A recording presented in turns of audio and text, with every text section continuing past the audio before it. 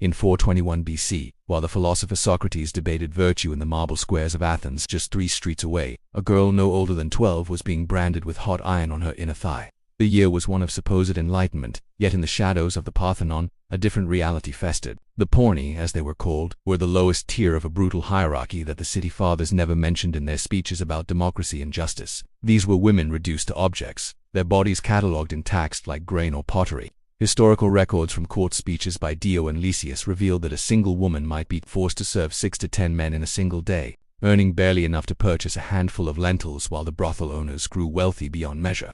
Part of those profits flowed directly into Athens' treasury, funding the very temples and theaters that tourists still admire today. But what made this system particularly horrifying was its complete disregard for age or consent. Archaeological evidence uncovered near the Kerameikos district shows that girls as young as 10 were exploited in these establishments, their childhood stolen before it even began. Each bore a permanent mark burned into her flesh, a symbol of ownership more cruel than any chain.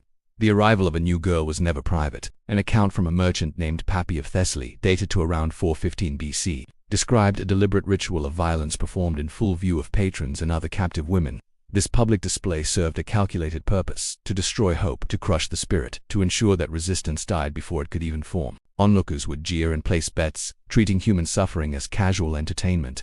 A newly arrived girl commanded prices 10 times higher than those who had been there longer.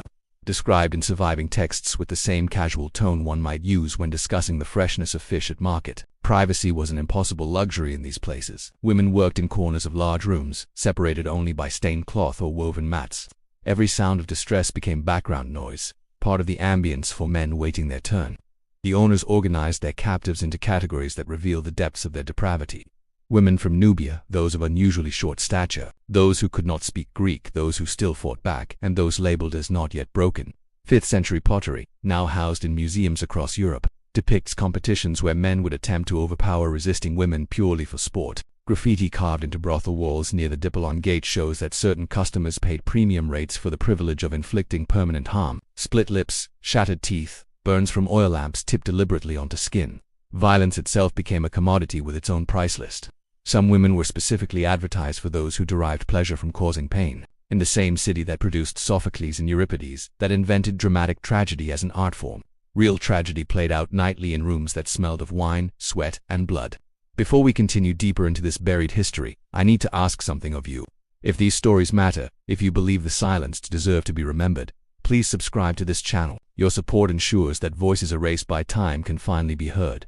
This isn't just history, this is testimony. The true horror intensified during religious festivals, particularly the Great Dionysia held each spring around March. During these celebrations honoring the god of wine and ecstasy, captive women were handed over to groups of intoxicated men, framed as sacred offerings rather than what they truly were, sanctioned mass violence. Surviving accounts from the period described these scenes without shame or apology.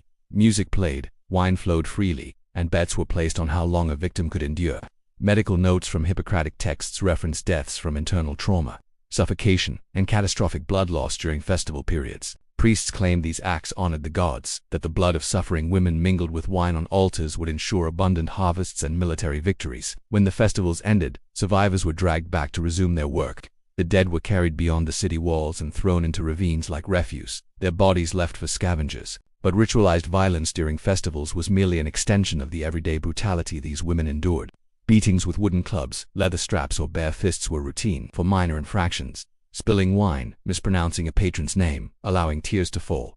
Punishment was swift and public. Women might be locked in pitch-black storage rooms without food or water for days. Others were tied to posts in open courtyards, left exposed to winter cold or summer heat without shelter or water. A practice owners cynically referred to as character correction.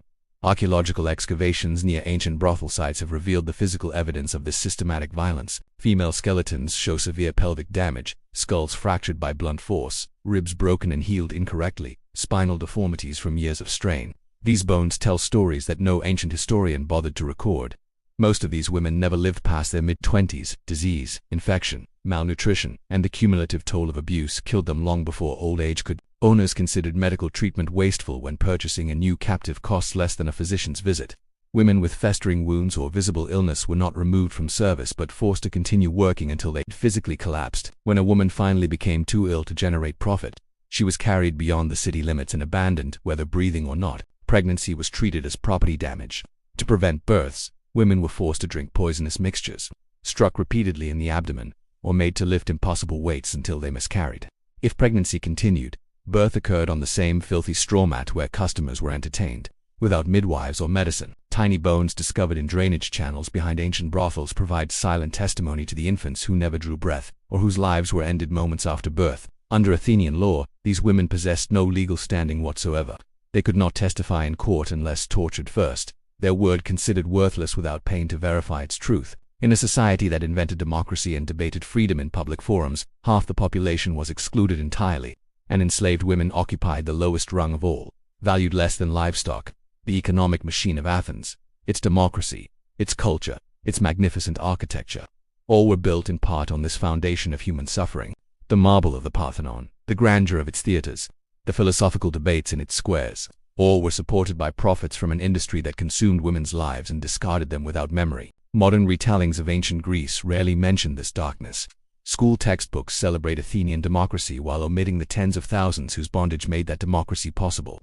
But their absence from official history is not the same as silence. In the unmarked graves scattered beyond Athens' ancient walls, in the fragments of pottery depicting their abuse, in the faint graffiti still visible on excavated walls, their stories persist. They whisper a truth that no amount of marble or philosophy can erase, that the glory of the classical world was built on bones. And those bones deserved names, deserved dignity, deserved to be remembered. What strikes you most about this hidden chapter of history? How do you think we should remember those whose suffering was deliberately erased? Share your thoughts in the comments below because these conversations matter, and so do the voices that history tried to silence.